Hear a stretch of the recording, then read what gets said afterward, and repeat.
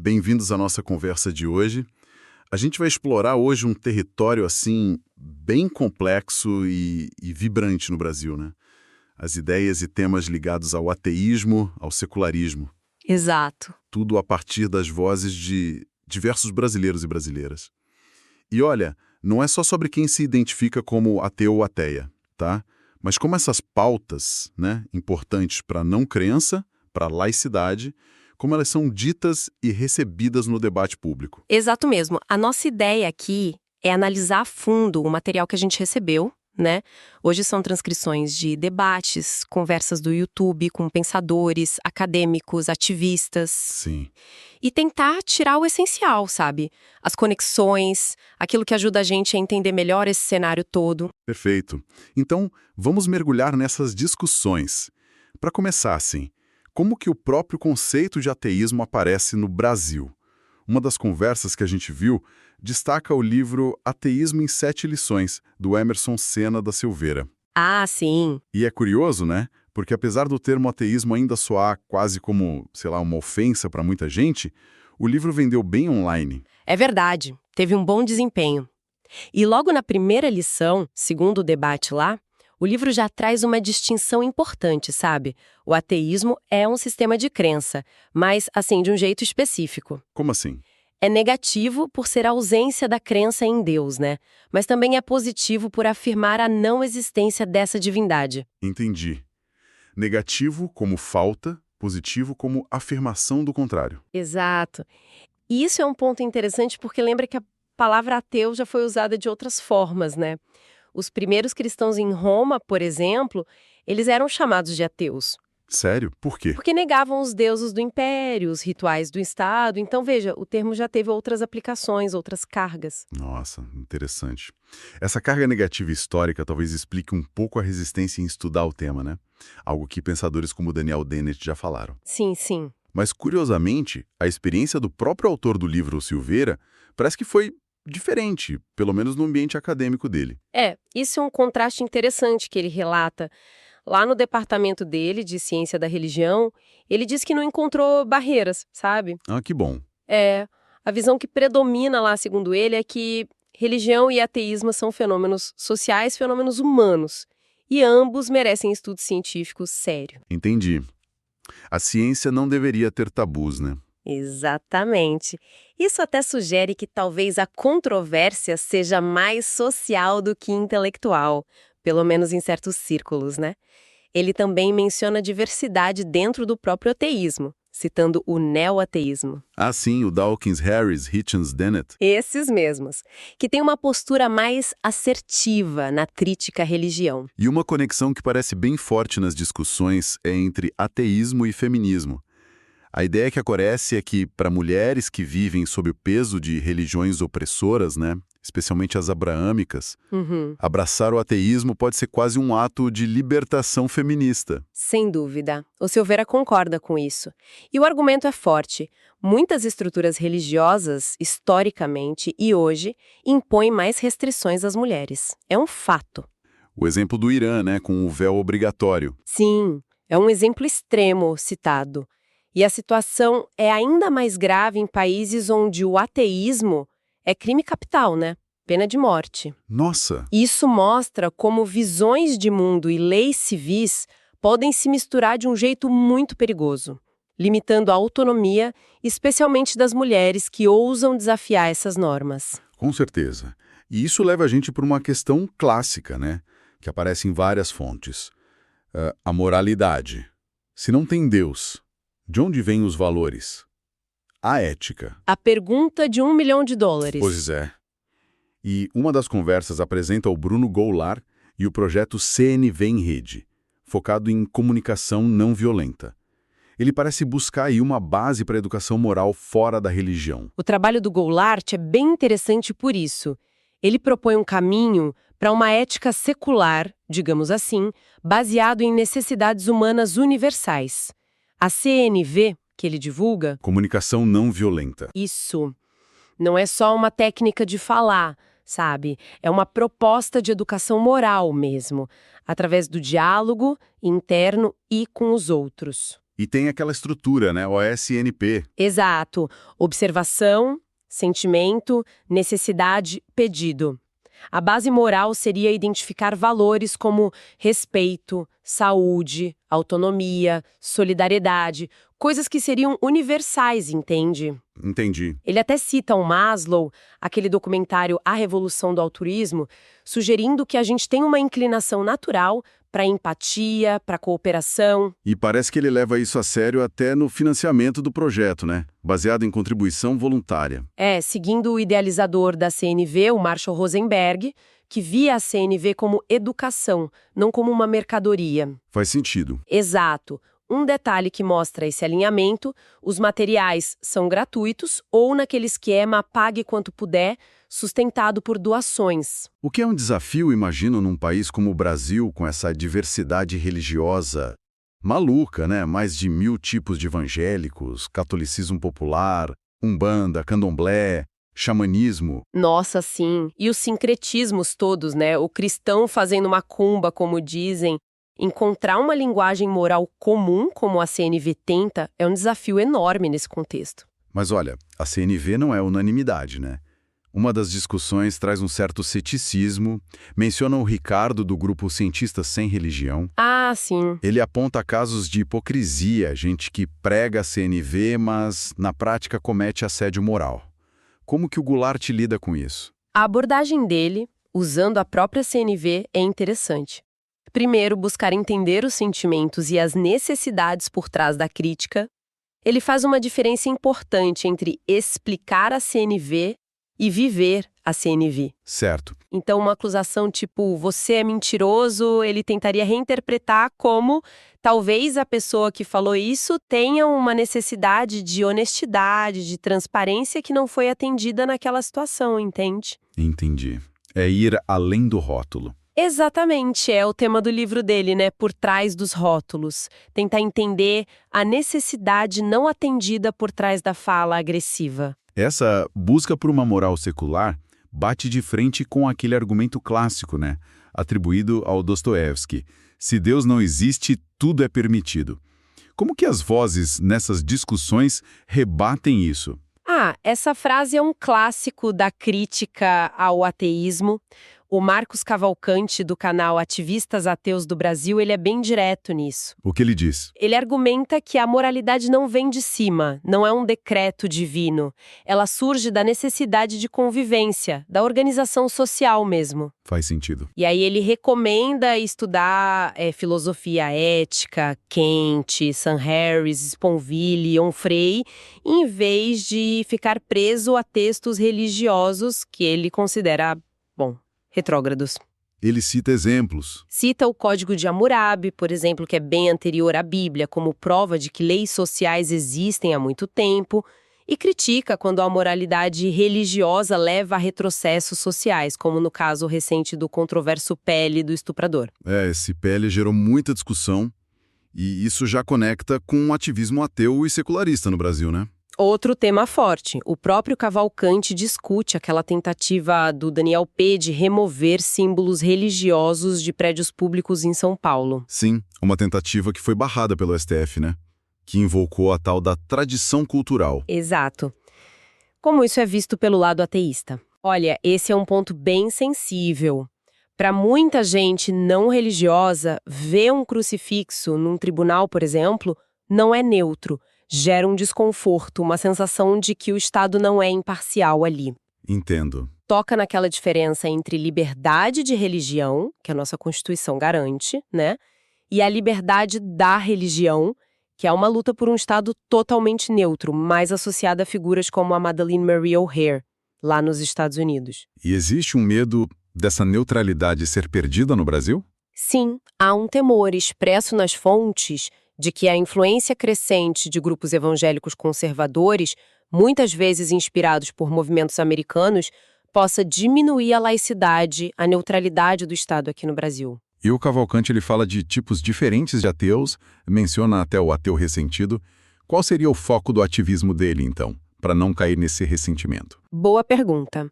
Ele define o foco como combater os aspectos que ele considera nocivos da religião institucionalizada, tipo misoginia, condenação da sexualidade, mas sem fazer ataques pessoais aos fiéis, sabe? Certo. A crítica é a instituição, não a pessoa. Isso. A ideia é lutar contra a ateofobia, o preconceito contra ateus, combater o que ele vê como obscurantismo religioso influenciando leis e políticas, o Pele do Estuprador volta como exemplo, e, um ponto importante, ser solidário a minorias religiosas que também sofrem perseguição. Entendi. É uma linha delicada, né? Entre ativismo firme e extremismo. Exatamente, uma linha tênue. E os desafios não são só no ativismo público. As discussões mostram barreiras também na academia. Tem aquele relato de um cientista que preferiu ficar anônimo numa live por medo de retaliação na carreira. Isso é pesado. E outra fonte menciona um podcast sobre crianças criadas em lares religiosos que teriam posturas mais punitivas e a dificuldade de divulgar pesquisas sobre ateísmo até em grupos acadêmicos, como um da CAPES. Essa apreensão é muito real, e não é só aqui. Uma pesquisadora americana contou que mesmo num laboratório super progressista que apoiava a pesquisa LGBTQ+, a orientadora dela desencorajou pesquisar ateísmo, com medo de prejudicar a carreira dela. Nossa, mesmo num ambiente progressista? Sim. E dados dos Estados Unidos mostram que ateus são o grupo em que as pessoas menos confiam politicamente. Só uns 10% votariam num ateu, algo assim. Que baixo. Tudo isso se conecta com a teoria do estresse de minoria. Geralmente a gente aplica a grupos raciais, sexuais, mas também serve para entender a pressão, o estigma que ateus enfrentam em sociedades de maioria religiosa. O medo de retaliação profissional é um exemplo claro desse estresse. E dentro do próprio movimento ateísta, as fontes apontam um problema interno: o apagamento das mulheres. Teve uma conversa com a Karina e a Mari que discutia isso. Ah, sim, um ponto fundamental. Elas lembram da ausência histórica de mulheres em debates na TV da Átia, mencionam figuras como a Glória Silva, que foi pioneira em Brasília, mas nem sempre é lembrada. É um ponto crucial mesmo. As barreiras que elas descrevem incluem misoginia, às vezes velada, às vezes aberta, piadas depreciativas, mulheres sendo interrompidas ou convidadas só para cumprir cota, sabe? Sei. Ou sentindo que precisam adotar um tom meio de chacota para serem ouvidas em certos círculos mais masculinos. Isso acaba afastando muitas mulheres, né? Com certeza. As discussões ressaltam como é importante dar visibilidade a ativistas como a Madeleine O'Hair, a Tracy Harris lá fora, e as brasileiras como a Glória Silva, a Karina, a Mari e tantas outras. É um desafio interno do próprio movimento lutar por essa igualdade também. Mudando um pouco de assunto mais ainda nessa área de intersecção, a relação entre ciência, ateísmo e laicidade. Um argumento que sempre volta é o do ajuste fino do universo. Ah, o fine tuning. Isso. Aquela ideia de que as leis da física parecem calibradas demais para a vida existir. Tipo, feito sob medida. Sim, é um argumento muito popular na apologética religiosa, mas que, assim, enfrenta críticas bem fortes no campo científico e filosófico. Quais são as principais críticas? Basicamente, são 3. Primeiro, não resolve o problema do sofrimento. Se o universo foi ajustado, por que inclui tanta dor, tanto mal gratuito? Por que não leões com garras anestésicas, como alguém brincou? Boa pergunta. Segundo, presume um conhecimento da física que a gente ainda não tem. Falta teoria que unifique gravidade e quântica. E terceiro, geralmente ignora ou desqualifica alternativas científicas, como a hipótese do multiverso ou a teoria das cordas. Desqualifica como? Taxando essas alternativas de exigirem mais fé. O Francis Collins, que é um cientista religioso, fez isso. O que é irônico, né? É irônico mesmo. E essa tensão entre ciência e certas visões religiosas acaba indo parar na escola pública, né? As fontes falam de tentativas de colocar leitura bíblica, criacionismo. Sim, direto. Qual a posição dos educadores nessas discussões? A visão que prevalece entre os especialistas citados, como um professor da Unicamp, é que a escola pública tem que ensinar convivência na diversidade, pensamento crítico e o conhecimento científico que a gente tem, não doutrina religiosa. E a Ângela Soligo? Ângela Soligo, outra voz nas fontes, argumenta na mesma linha. O papel da escola é dar informação científica, tipo a teoria da evolução, sem necessariamente confrontar a fé do aluno diretamente. Ela diferencia as coisas, né? Isso, ela diferencia ajustes individuais, tipo permitir um uniforme diferente por motivo religioso, de comprometer o currículo para ensinar criacionismo como se fosse ciência. A defesa é clara, o Estado tem o dever de garantir a educação científica e laica. E eles até lembram do apoio histórico de alguns setores religiosos à ditadura militar. Nossa, é verdade. Uhum. Como um alerta sobre essa mistura de religião e poder. E o debate da laicidade vai até a Constituição, aquela questão de tirar a menção a Deus do preâmbulo. Como isso é visto? Isso divide opiniões. A Glorinha Silva, por exemplo, acha que remover símbolos religiosos de espaços públicos, tipo tribunais, é mais prático e urgente. Faz sentido, é mais concreto. Já o jurista Eduardo Banks explica que o preâmbulo, tecnicamente, não tem força de lei, mas tem um peso simbólico e um contexto histórico, né? Da transição do Império, onde a religião era oficial. Entendi. Não é simples. Não mesmo.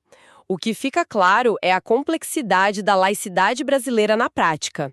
A gente vê decisões que parecem contraditórias às vezes, como as do ministro Alexandre de Moraes. Como assim? Ele já votou para manter símbolos religiosos, mas em outros momentos reafirmou a laicidade do Estado e reconheceu direitos de ateus. E outro ponto que destacam é a dificuldade de mobilizar a sociedade por pautas seculares. Tipo no portal E Cidadania do Senado? Exato. Propostas seculares costumam ter bem menos engajamento que as pautas religiosas.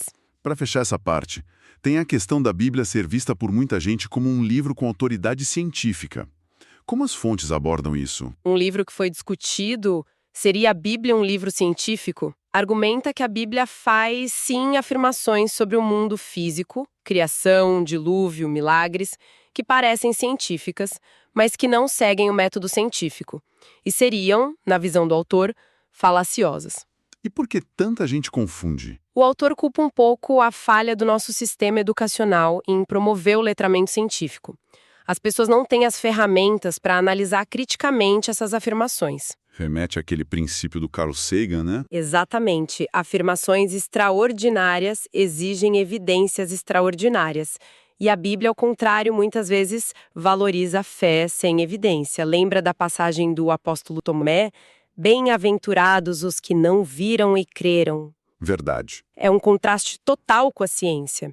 E fazem um paralelo com mitologias antigas. Pitágoras também tinha fama de fazer milagres. Sabia? Não sabia. Pois é, e a vulnerabilidade que a gente tem hoje para fake news absurdas, tipo mamadeira de piroca, talvez não seja tão diferente da facilidade com que mitos se espalhavam antigamente, quando tinha menos acesso à informação, menos ferramenta crítica. Nossa, faz pensar. Bom, cobrimos muito terreno aqui, hein? Desde como se define e se vive o ateísmo no Brasil, a busca por moralidade não religiosa, as lutas e desafios do ativismo, da pesquisa, até essa tensão permanente entre secularismo e influência religiosa na esfera pública, na ciência. Ufa! Então o que tudo isso significa no fim das contas? O que a gente tira disso? Olha, se a gente tentar conectar os pontos, né, as discussões que a gente analisou pintam um quadro de um Brasil onde as ideias ateístas, as ideias seculares, elas circulam, elas encontram espaço, sim, mas ainda enfrentam barreiras culturais, sociais, políticas muito significativas. Barreiras de que tipo? Barreiras que tocam em noções muito profundas sobre moralidade, que dificultam a comunicação, sabe? E que impactam diretamente os direitos das minorias não religiosas. É um campo de debate muito intenso, cheio de nuances, de tensões. Não é simples. Com certeza não é. E para a gente deixar uma reflexão final para o pessoal que está ouvindo, considerando essa ligação tão forte que existe no Brasil entre identidade religiosa e vida social, né? Que novas formas de comunidade, de valores compartilhados poderiam surgir num cenário futuro talvez mais secular? Fica a pergunta. Uma ótima pergunta. Ou, por outro lado, como que princípios como os da comunicação não violenta, que a gente falou, poderiam ser ferramentas úteis para construir pontes nesse diálogo que muitas vezes é tão polarizado entre religiosos e não religiosos aqui no país? São perguntas que ficam, né? Abrindo caminho para mais exploração, mais entendimento. Acho que esse é o ponto. Com certeza. E com essas reflexões, a gente encerra a nossa análise de hoje. Agradecemos muito a companhia de vocês e até a próxima.